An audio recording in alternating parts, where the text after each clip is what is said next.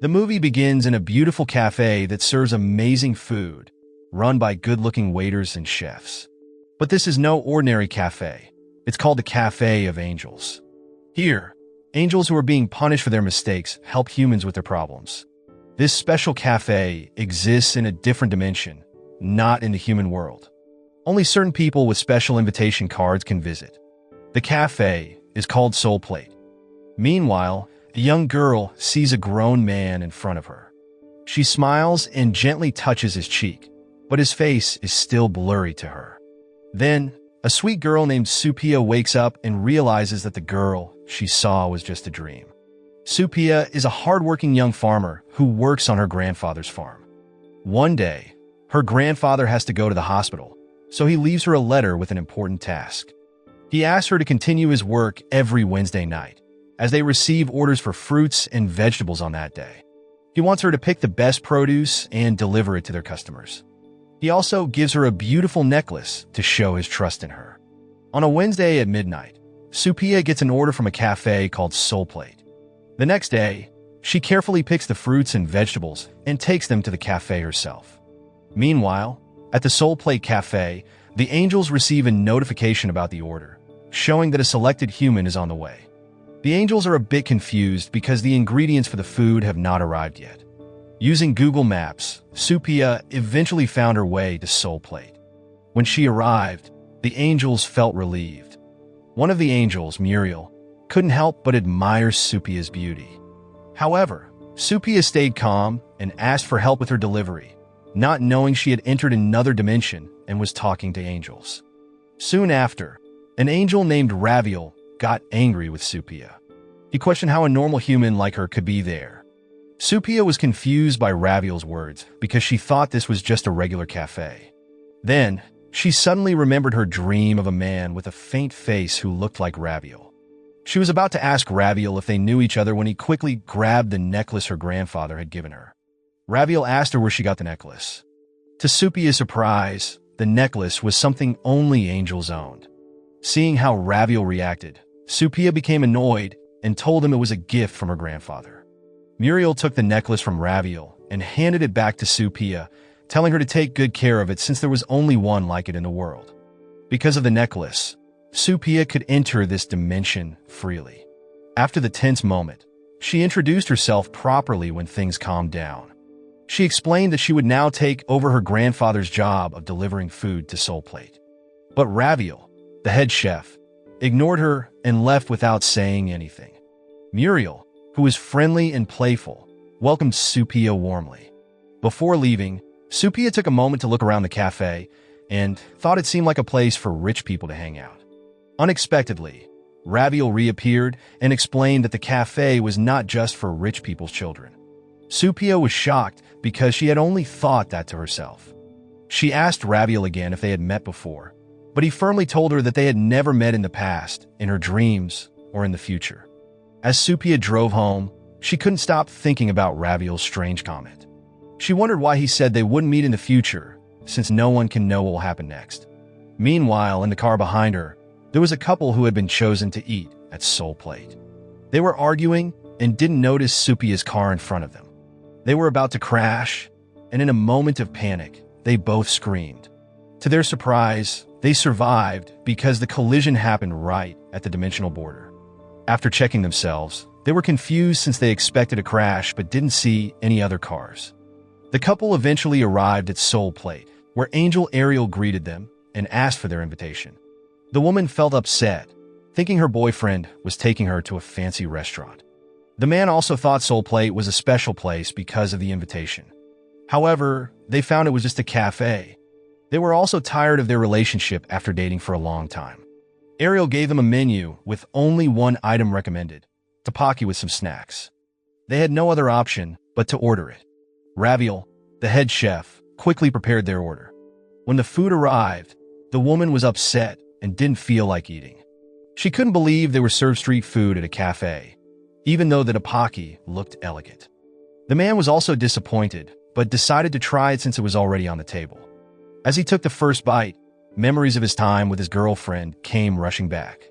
She used to make tapaki with strawberry jam for him when they were abroad because he didn't like spicy food. Noticing the taste was the same, he told his girlfriend, and they happily remembered those moments. They laughed and decided they would cook this dish together in the future.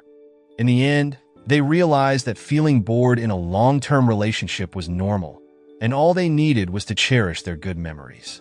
They decided to stay together and work through their problems, which made the angels at Soul Plate happy too. Meanwhile, Supia asked one of her grandfather's friends about Soul Plate, but they knew nothing about it, which made her even more confused. She later found out that her grandfather had been giving the cafe their products for free, adding to her confusion. Not long after, another order from Soul Plate came at midnight on Wednesday, so Supia headed to the cafe again the next day. This time, she didn't wear her grandfather's necklace because of Raviol's strange reaction the last time. When she reached the dimensional border, her car suddenly stopped working. She tried to fix it, but nothing worked. A moment later, the engine started again, and Supia accidentally pressed the gas pedal, which caused her to enter the other dimension suddenly. The experience was rough, and Supia fainted because traveling without the necklace was not easy. While she was unconscious, Supia dreamed of the little girl again, but this time, the dream was slightly different. The little girl saw a strange clear wall. When Supia woke up, she found herself back at Soul Plate, where the angels had brought her. After she woke up, Muriel asked Supia why she wasn't wearing her necklace. Still feeling confused, Supia stayed quiet, and the angels prepared some food to help her recover. Surprisingly, they served her favorite soup, which made Supia wonder how they knew what she liked. Angel Muriel, who had a crush on Supia, lied and said he had made the soup himself. In truth, the soup was just an instant dish that was common in South Korea, something anyone, including angels, could easily make. Because Muriel had lied, his whole body started itching, as a punishment for angels who deceive others.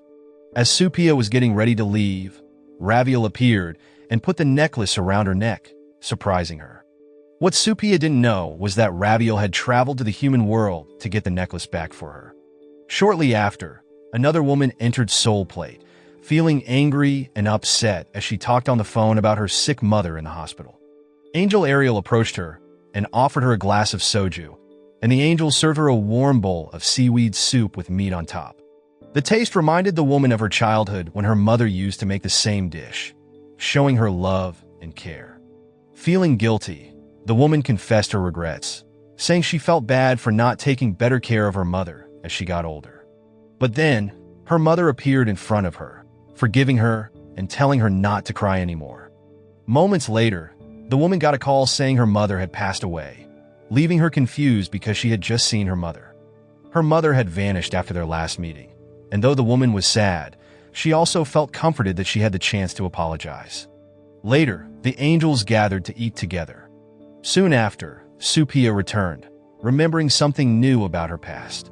She realized that the little girl she thought was a dream was actually a forgotten childhood memory. Supia began to question who the angels really were.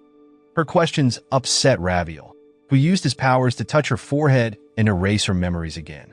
Supia was sent back in time to when she fainted at the dimensional border, forgetting everything that had happened. After harvesting fruit in her garden, Supia suddenly felt dizzy, and faint memories of Raviol came back to her. She fainted, but while unconscious, she had a dream where Raviol's face became clear. She saw him as both a little girl and an adult.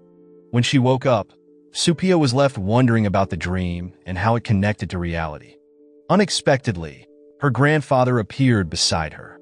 He explained that Soul Plate was originally a place where angels found refuge.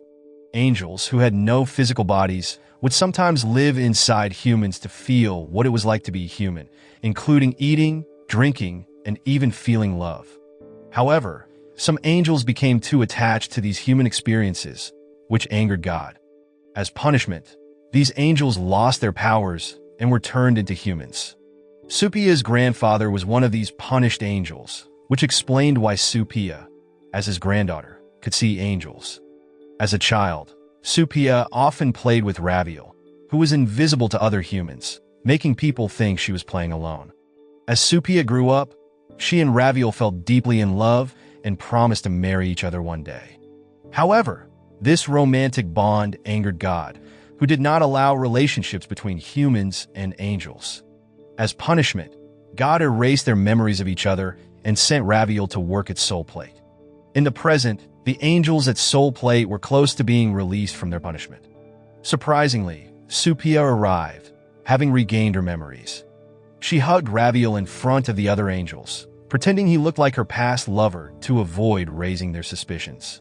Soon after, an invitation appeared in Supia's hand, making her the last guest the angels needed to serve. They made her a fruit salad called God's Menu, using the same fruits that Supia and Raviel used to enjoy together. Supia didn't need to remember them because she already recalled everything about their past. Unexpectedly, Raviel had also remembered Supia since her first visit to Soul Plate, but he kept it a secret, fearing a worse punishment from God. Raviel was afraid that if he were punished again, he would lose the chance to see Supia.